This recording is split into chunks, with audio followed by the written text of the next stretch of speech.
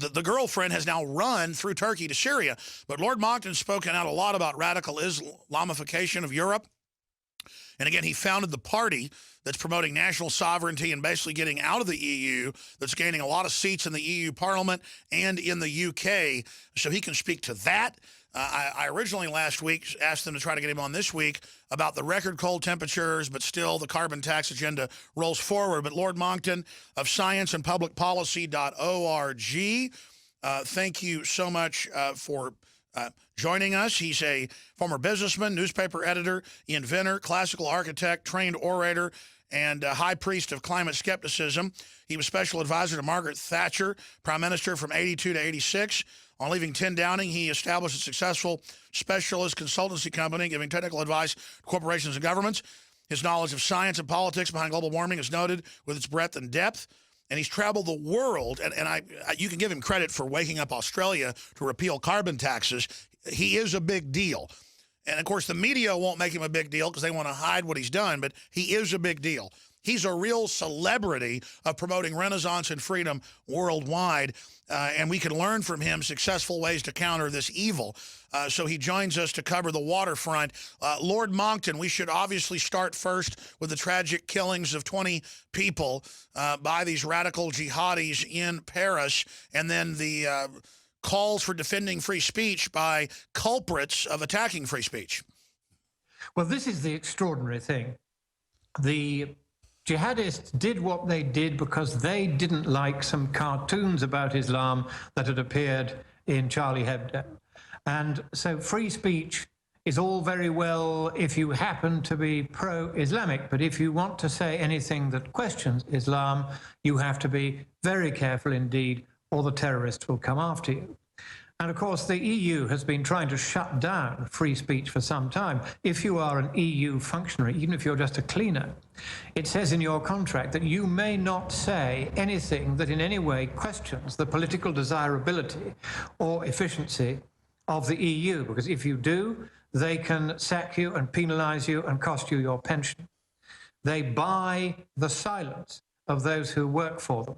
And this includes, of course, the members of the European Parliament itself. They, too, are beginning to be limited in what they can say about the EU, which makes it rather difficult for my party, UKIP, which now has 24 members of the European Parliament. We are the largest party from Britain in the European Parliament as of last year's elections.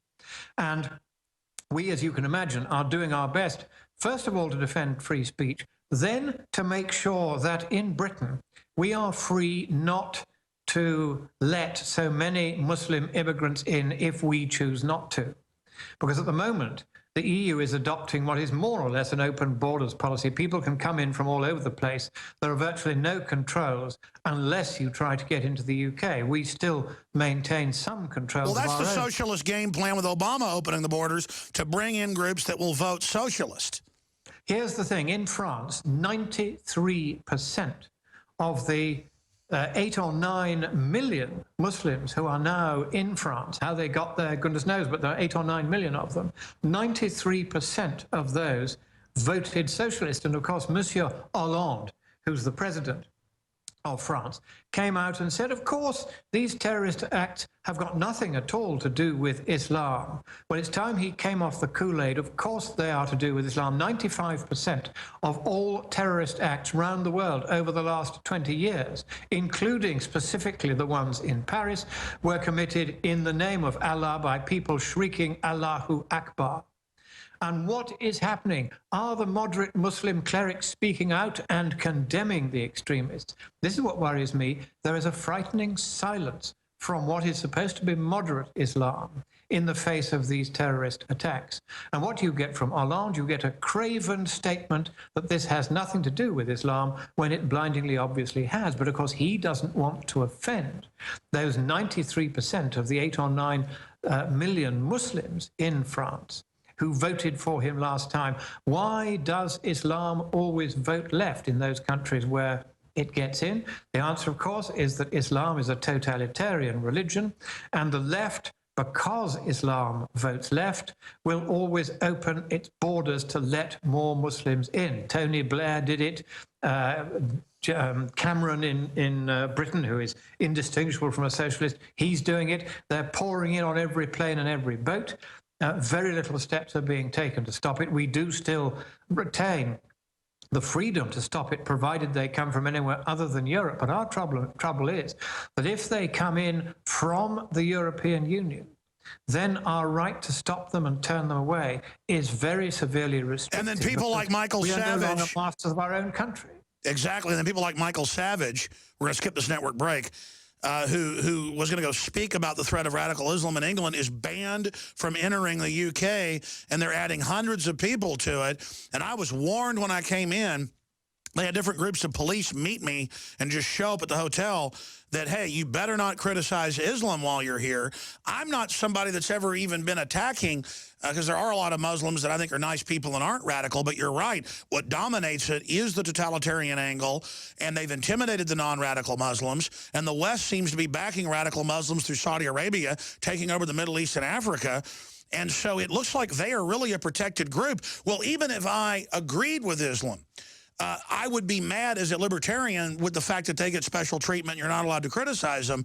That's frightening that they let jihadi preachers get up and preach for terror attacks on UK television, but that Michael Savage can't come into the country. That's chilling. Well, this is something which I think is very dangerous indeed. I'm very sorry that Michael Savage has been banned. Yes, he speaks strongly, as do you, as sometimes do I. But does this mean we ought to be silenced? No. What is happening is that free speech is rapidly vanishing in favor of what is politically correct. And of course, what is politically correct means what is politically left-wing. If it's left-wing, it's correct under this new disposition. And if you're not left-wing, then you are going to be silenced. And they've tried this on the climate, they've tried this on Islam, they're doing it on various subjects. And the danger that I see is that the media, most of which are also now left-wing anyway, are willing to go along with this gradual circumscription of free speech. And of course, you also see it very dangerously indeed in the universities, the places that used to be places of light, of liberty and of learning, in Disraeli's great phrase. Now you can scrub liberty and light and learning. Now it's doctrine, doctrine, and doctrine. Left-wing doctrine, Islamist doctrine, anti-Christian doctrine, anti-Western doctrine throughout the universities. This is a very extraordinary moment for the West, because the West is busy abdicating all the reasons for its greatness: our freedom of speech, our liberty of expression, our freedom of movement, our freedom of action, our freedom to form and unmake companies, our freedom to keep most of our own earnings, our freedom to say what we want to say, albeit to be polite and not to be libelous, but at least to speak freely. All these freedoms are now almost extinct. That's right. And the West is committing suicide on the altar of socialist, communist, collectivist failure. This is the tragedy, because socialism has failed. The welfare state has gone bankrupt everywhere. In the United States, the national debt has doubled in the lifetime of this president in office. We'll call him a president, though he isn't really. Likewise, in the United Kingdom, in the lifetime of just one parliament, only 5 years, the national debt of Britain, which took 250 years to accumulate, has doubled in just 5 years. Why? Because the welfare state is out of control, and part of that, of course, is uncontrolled immigration, and people arriving at the airport going straight to their compatriots who work in the benefit offices, claiming large benefits and free operations on the National Health Service from the British taxpayer, though they have no right to them, and the British taxpayer, therefore, has to queue and wait and starve. Isn't Cloward and Piven the end game? Bankrupt the West and then bring in total collectivism? I mean, this is a nightmare scenario, and as you said, we've had a doubling or an exponential growth in just the last 5 years in the West of debt. Other European countries are going bankrupt as we speak. What is the end game, and how long until it all collapses? Well, this is a very good question. I have a cousin who is very high up in the financial world, and he reckons about 6 months and it's going to fall apart. He said the debt has gone way beyond what is sustainable, And in Britain, it could even happen sooner, because if, as I suspect we will, we end up with a socialist government after our general elections in May this year, just a few months away now, then the stock market here and then worldwide will collapse more or less immediately. So I'm busy repositioning myself to get out of the stock market into other things. Gold, silver look good. They haven't gone up much in the last 5 years, but I think they suddenly will when everything begins to collapse. It's very good news, of course, that the oil price has fallen. That's actually been a benefit to the Western economies, though paradoxically, the stock markets have gone down in response to that, because they sense, and I think rightly, that there is an instability because the one cartel which is permitted in international law when all others are banned by the World Trade Organization is, of course, the oil cartel. And people are beginning to be reminded that Saudi Arabia still controls that cartel, and it is trying at the moment to shut down all the shale gas and shale oil operations in Canada, in the United States, in Britain, in Poland. Why? Because they don't want to find that we can start drilling for our own oil rather than them selling it to us. So they're trying to knock us out of the market by using their cartel power. And I think it's time that the West stood up to Saudi Arabia, not only, of course, on the oil cartel, but also on the matter of its funding of a particularly extreme version of Islam, the Wahhabist version of Islam, which they're spreading right across the Muslim crescent to the south of Russia, right into Pakistan, and as you said earlier, right down into Africa.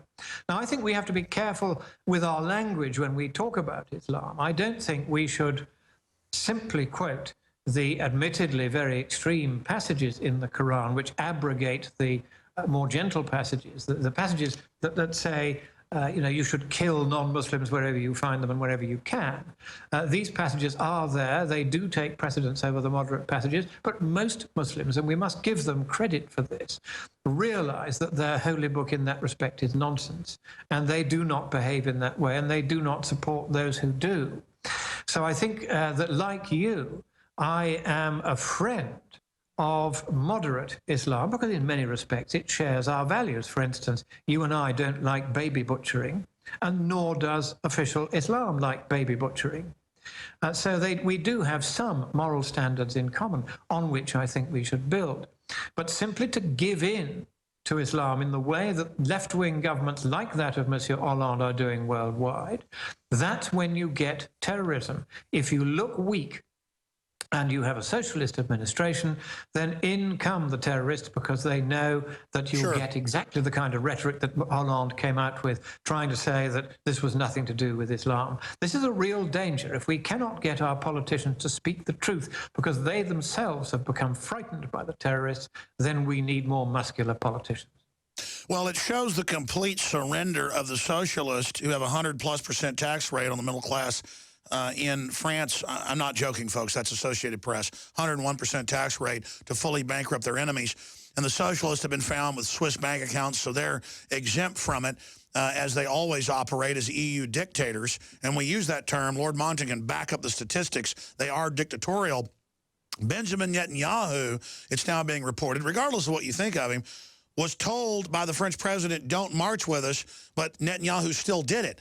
Regardless, I mean, that shows how much the radical Islamic system has happened, that they're going to tell a foreign president, you can't march with us. I mean, this is really getting bizarre.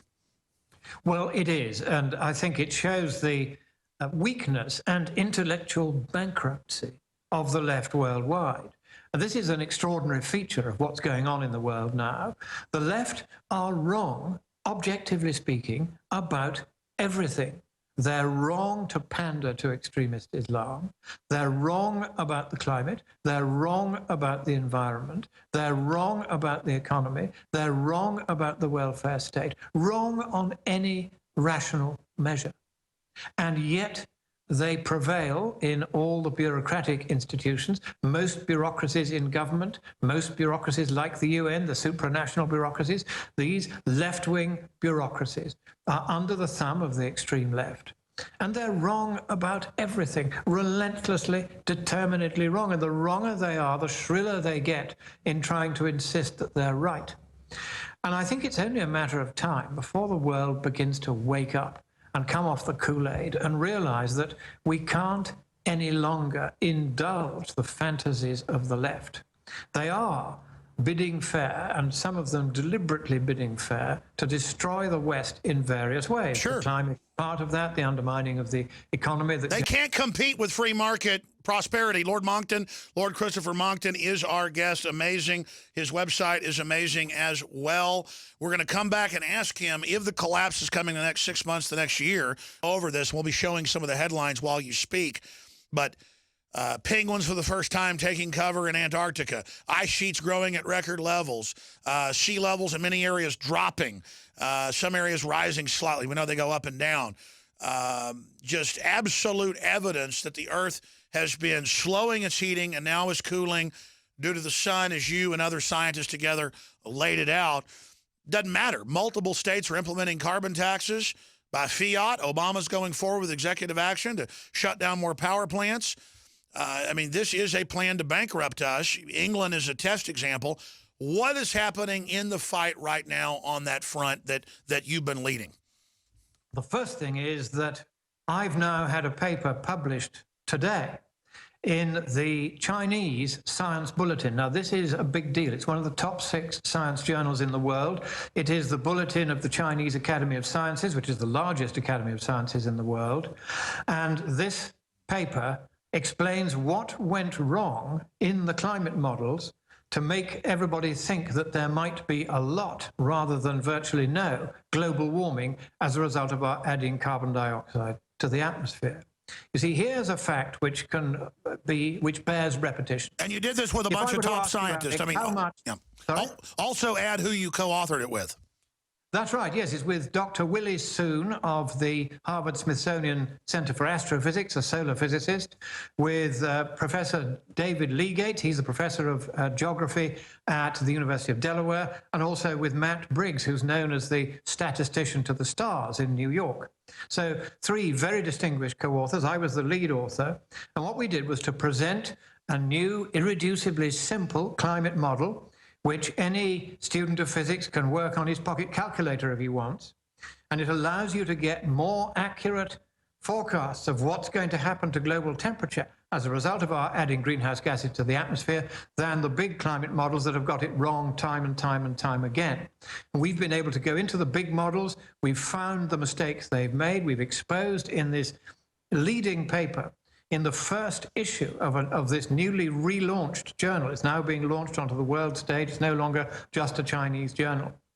And this paper explains where they got it wrong, how they got it wrong, why they got it wrong, and what it means that they got it wrong. What it means is we're going to see not more than 1 Celsius degree of global warming this century, and it might be a lot less than that. And even if we were to burn off all the affordably recoverable fossil fuels in the world, global temperatures compared with now would rise by about 2.2 Celsius degrees, and that's about it. So there is no climate problem. There never was, and we have now proved it. And this paper is already spreading like wildfire among the institutions. We're now making arrangements, thanks to the Heartland Institute, for it to go open access, which is quite an expensive option. But that means that within the week, everyone, even if they don't subscribe to the Chinese Science Bulletin, will be able to get a copy of this paper from Springer.com, the publishers. And this paper is going to turn climate science on its head, because it shows that they've made some really elementary, really stupid errors, which led to the mistaken belief that adding a little CO2 to the atmosphere would make a huge difference. The fact is that to the nearest tenth of 1%, there isn't any CO2 in the atmosphere. That's how little of it there is. And yes, even that small amount can make some difference. But is it going to make enough of a difference to melt the ice sheets? No, as you've just mentioned, the ice sheets have in fact grown to record extents. Just 3 months ago, the ice sheets of the North and South poles added together were a greater extent than ever measured before in the satellite era. The only place you'll hear that information is on Infowars.com. You won't hear that in any mainstream news medium. They will not tell you this fact. They will not tell you that sea level basically isn't rising at all. It might rise, according to the world's greatest expert on the subject, by a matter of perhaps inches, maybe 2, maybe 4, maybe 6 inches over the whole of the 21st century. Is this a problem? No, it's not enough even to cover the spats on my highly polished shoes. The whole thing is nonsense. The deserts are shrinking as rainfall is greening areas that the nomads haven't been able to live in since living memory. Now they're moving back. 30,000 square kilometers of the Sahara has disappeared under vegetation. It's good news right across the globe. Hurricanes are down, floods, virtually no change. The area of the world under drought has declined over the last 30 years. None of these things is being mentioned in any mainstream news media. Lord Monckton, what we've done is to go right into the models, expose where they got it wrong, and now it's going to be very much harder for them from now on to pretend that they have to do anything at all about introducing world government in Paris in December this year, which is what they are still, unfortunately, planning to do. and that was my next question. You read my mind. I wanted to get into what the Pope said and the rest of it, but just going back, you're being very gentlemanly and very kind. We have the emails. We have ClimateGate that you helped expose. We know that it's premeditated fraud to pass carbon taxes, because if you can tax carbon dioxide that humans exhale, as the New York Times said, a tax on breathing, you can micromanage and surveil every level of the economy, selectively shutting off whoever you want, shut off UK, shut off US, shut off EU production. The bureaucrats then, their wives and husbands, literally own the factories and coal plants in China and India, and then they move there. I mean, this is paying to dismantle Europe, paying to dismantle the U.S., a premeditated, wicked plan. I mean, is there any doubt? Now, you certainly have those because of political pressure. I go to the movies now, and I went to 2 different theaters the last month, different chains. They had documentaries about islands in the Pacific that are going to be underwater now, which we all know is a fraud. And please, don't kill us with these natives begging. The propaganda push has been quadrupled from what I've seen. And then the Pope, and I'm not a Catholic basher. I believe you're a Catholic. My point is... Let me talk about the Pope, because this is very interesting. He has begun to come out with some rather silly noises about climate change. He is, of course, on the far left himself, and he has an even more radical prefect of the Pontifical Academy of Sciences, Monsignor Sanchez Sorondo. Now, I had lunch at the Pontifical Academy with Sanchez Sorondo under the beautiful painted ceiling. They live very well at the Vatican. And this was about 3 years ago. And he had on one side of him me, and on the other side of him, Italy's most distinguished scientist, Professor Antonino Zichichi, who's the founder and still head at the age of 86 of the World Federation of Scientists. And both of us told Sanchez Sorondo that there is no basis for concern about our effect on the climate. It's minimal. And in those countries of the West where we have got the environment, we've cleaned up the act, we've cleaned up pollution, there's really no threat to wildlife or to us or to plants or to anything from the activities of man. In the poorer countries, there still is. In China, real pollution. They don't burn coal very cleanly, for instance. They could do, but they don't yet. And there you do get genuine pollution. But CO2 is not a pollutant. But the Pope is planning to issue in March of this year, just a couple of months away, an encyclical letter. This is a letter to all 400,000 clergy and all the 1.2 billion Catholic faithful, saying to them that they must now put the climate before their religion, and they must start saying that unless the West is shut down, the world is doomed. Now, that's the line we are hearing from the Vatican at the moment. I am hoping that the more old-fashioned members of the Curia advising the Pope will say to him, look, mate, we've got this wrong before with Galileo, trying to get him to pretend that the Earth doesn't go around the sun. We were wrong on that. We are not infallible on matters of science, only on matters of faith or doctrine. Be very careful.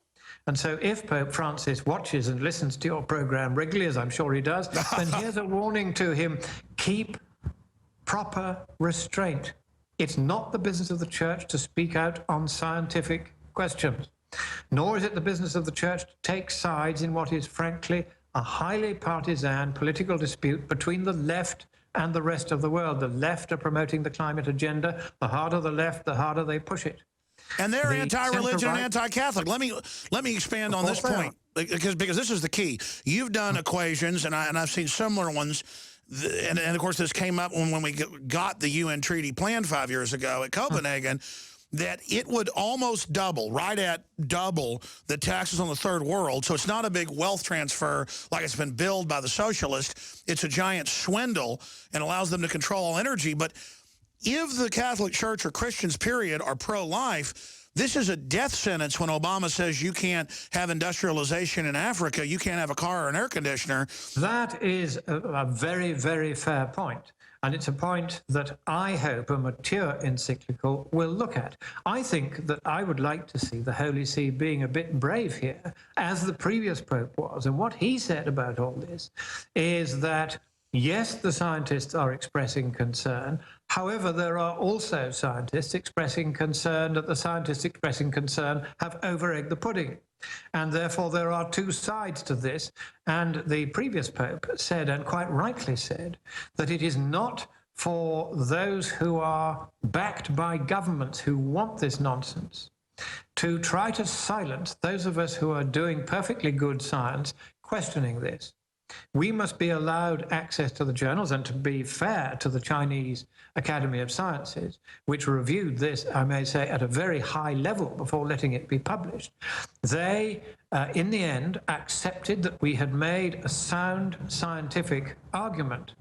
Sure. That there isn't a problem with the climate, and therefore they were willing to print it. Now, virtually no Western journal of the same standing would have even sent our paper out for review. That's how far Western science... That's out of control. But shifting gear back to the Catholic issue, yeah. you said it, what, in the first 10 years of the carbon taxes, as it was in the treaty, 1 billion dead, correct? So isn't this a pro-life issue that morally... I can't put that kind of figure on it. What I can say is that the number of people killed will be very large. Even if you take a prosperous country like Britain, 3 years ago, we had an unusually cold winter in which 20,000 people died. Wow. And that's something like 12,000 more than would normally die in a cold winter, above the kind of average death rate. So these were about 12,000 excess deaths just in one cold Sure, winter. I'm going from memory. I believe you said, though, not 1 billion. Because the winter was cold, but because their homes were cold, because people can no longer afford to heat them. Even I, sitting in my palace in Edinburgh, have had to turn the heating more or less off. Stay there, Lord Monckton. It's just sick, though, that rebels, our government-backed, our troops are now going to have to fight. This is truly sick. But I'm going to shift gears into that in the third hour, open the phones up, take your calls. We have a police officer who helped an old lady popping on. I like to sometimes promote, good things that the police are doing, not just show the bad ones. Finishing up with Lord Monckton in this segment and the next, Christopher Monckton joins us. We were talking during the break. Can you repeat what you were saying? Because I was trying to go back in memory to your billion term. And you were saying, oh, no, the agenda to reduce the population, get into the UN and the globalists and Ted Turner's own master plan. What's behind wanting to shut off the energy supply of the world? What they want to do is reduce the population not by 1 billion, but to 1 billion. It's now 7.2 billion. They want to cut the population by 6.2 billion. They don't care how many people die of starvation or cold or disease, as long as the population is reduced so that they will be even richer because the poor people won't be consuming all those resources worldwide. That's what this is about. It's a conspiracy.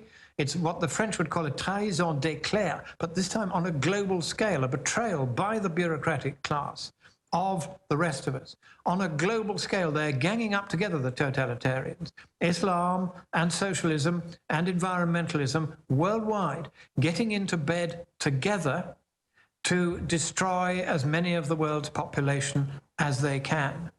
Now, in fact, they needn't try too hard, because as countries become more prosperous, if they're allowed to by the environmental freaks trying to interfere with prosperity, then population stabilizes all by itself.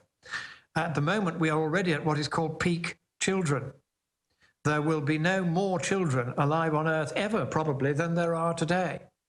And the only reason why the world's population will continue to increase over the next 35 years to about 2050 is that people are going to be living longer. Because despite what the left is trying to do down the third world by not letting them have economic development, and in particular coal-fired power stations, they're going to get them. They're going to get electricity, and with it, all the benefits of medical care and decent heating and air conditioning. And once that comes in, then the populations in Africa and South America will stop rising, and the world population will stabilize. And then even after 2050 or 2060, we could see it beginning to plummet without any interference from the left. And you're quite right, Alex. I mean, people like Holdren, who was one of the advisors to Paul Ehrlich, who wrote that remarkably stupid book, The Population Bomb, and has recently written an even more remarkably stupid book. Holdren, who of course is now advising Obama. He has been wrong, as I've just been saying, the left are wrong on everything. He's been wrong on every alarmist, stupid... He's not wrong, he's a liar. Well, I think whether he's a liar or not, he's certainly wrong. He's incorrect. He made forecasts that have not come to pass. He's full of prunes. That much, I think that much we can certainly say. But yet people on the left still listen to him. Why? Because it provides a fig leaf, it provides a pretext, it provides an excuse, it provides a pretense which enables them to get away. Sure, it lets them run the with show. Justifying the totalitarian agenda of suppressing the West. There are a bunch of hit any other important tidbits and what you've set your sights on next. There's a success story of Australia. You just got back from there. I'm very pleased about that. I was able to show the graph showing there'd been no global warming for 18 years and then 2 months, now 18 years, 3 months, according to the RSS satellite record. And all the other temperature records are within the same kind of statistical territory as that one. So we can't really be sure that we've seen any warming at all, really, over the last 20 years or so. It simply isn't happening. And that is now gradually becoming better known. It's becoming very, very difficult for the left that control the world's media to keep that secret for very much longer. They're trying to, but they're not getting away with it. It's spreading in Samizdat. People are making postcards of my monthly graphs. They're sending them to each other. The message is getting out there that this isn't happening. The sea ice extent has been at its greatest recently. Sea level isn't really rising. Hurricanes are down. Flooding is not really changing its pattern much. Droughts are down over the last 30 years. All the disasters they said would happen are showing absolutely no sign of happening at all. Yes, you get occasional extreme weather. You always have, you always will. Get used to it and prepare for it. But don't, for heaven's sake, think that it's going to get systematically worse, because on the evidence so far, it simply isn't. And we now have just a few months to make the world aware that there is no need for any binding climate treaty. In Paris in December of this year, they're going to try to do again what they failed to do in Copenhagen. They've squared the Chinese by effectively exempting them from the process, but other nations at the moment are all going to go along with it, except Canada and New Zealand. Canada might be having a change of government in a few months' time, leaving only Australia standing out against the climate nonsense. And this means that a lot rests on Tony Abbott's shoulders. I'm glad to say that at the moment he's still standing as firm as he can on this. He is dismantling the carbon tax. And briefly, we should add Australia is the only one standing against it because they implemented it first and found out how hellish it was. That's right. It did nothing, of course, for their emissions of CO2. It did nothing to change the climate either way. Indeed, nothing that mankind does about CO2 will measurably alter the climate at all, according to our research. It's just not going to make that much difference. This whole exercise, every red cent spent on making global warming go away, on having these fancy conferences in places where they have grass skirts, every penny of this has been wasted and will continue to be wasted until the world comes to its senses. Alex, we have less than 1 year. I'm trying to raise $1.3 million to make a film, a full-length feature film to go into the cinemas, to take Al Gore's movie on head-on, to take on the documentaries that you saw being shown in the cinemas about the islands disappearing beneath the waves. It's largely nonsense. We want 1.3 million. We're just now beginning the fundraising for that. Incredible. How do folks get involved? Scienceandpublicpolicy.org? That's right. Get in touch with us there. Amazing. Lord Monckton, you're fighting back. Thank you so much.